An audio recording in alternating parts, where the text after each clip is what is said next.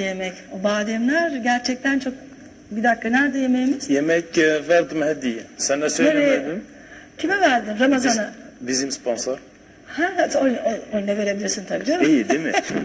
Tabii sponsorumuzu iyi ağırlamamız gerekir. Tabii.